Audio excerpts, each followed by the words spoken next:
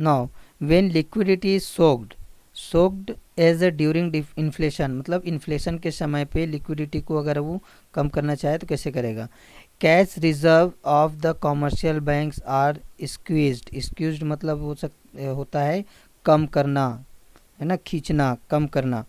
Implying a cut in their credit creation capacity, तो उस समय क्या करेगा वो कट कर देगा क्रेडिट क्रिएशन की जितनी भी कैपेसिटी है उसको कम कर देगा। और दूसरी तरफ अगर बात करें व्हेन लिक्विडिटी इज रिलीज्ड, जब बढ़ाना है, कैश को बढ़ाना है, एज ड्यूरिंग रिसेशन डिफ्लेशन, इसी को रिसेशन या डिफ्लेशन भी कहते हैं, क्वेश्चन में पूछा जा सकता है कि रिसेशन एंड डिफ्लेशन। तो cash reserve of the bank tend to rise, तो उस समय कैश रिजर्व को क्या करेगा बढ़ाएगा।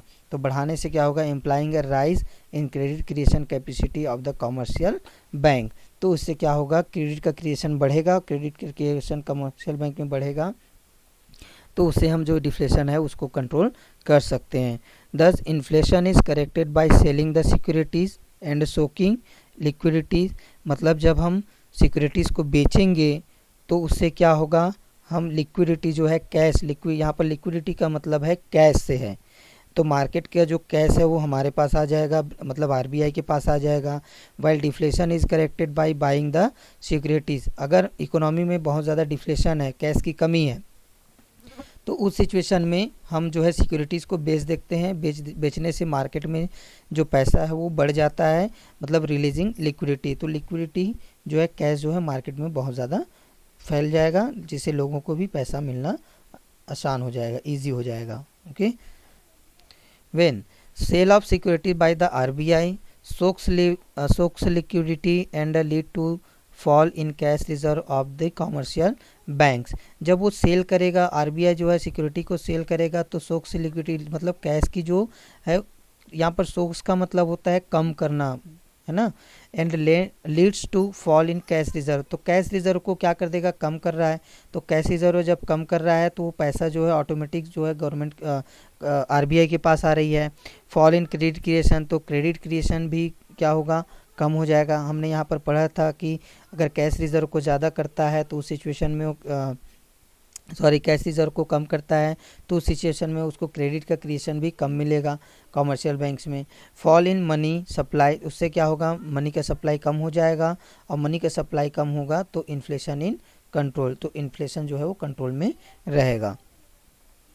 अब क्या होगा, purchase of securities bye the RBI, जब आरबीआई जो है सिक्योरिटी को परचेस करता है, खरीदता है, तो release liquidity and leads to rise in cash reserve of the commercial banks, commercial के बैंक के पास जो कैश का रिजर्व है वो बढ़ जाता है।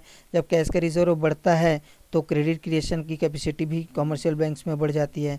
जब क्रेडिट क्रिएशन कैपेसिटी बढ़ जाएगी, राइज इन मनी सप्लाई, तो मनी सप्लाई भी ऑटोमेटिकली क्या हो जाएगा, बढ़ जाएगा। और जब ये बढ़ता है तो डिफ्लेशन इज कंट्रोल, मतलब मनी जो इकोनॉमी है, इकोनॉमी में जो डिफ्लेशन का टाइम जो था वो क्या हो जाता है, कम हो जाता है, और उसको कंट्रोल में ला सकते हैं। Okay, now two types of open market operation, दो तरीके के हो सकते हैं ओपन मार्केट ऑपरेशन है। There are two types of open market operation, first है आउटराइट एंड सेकंड है रेपो।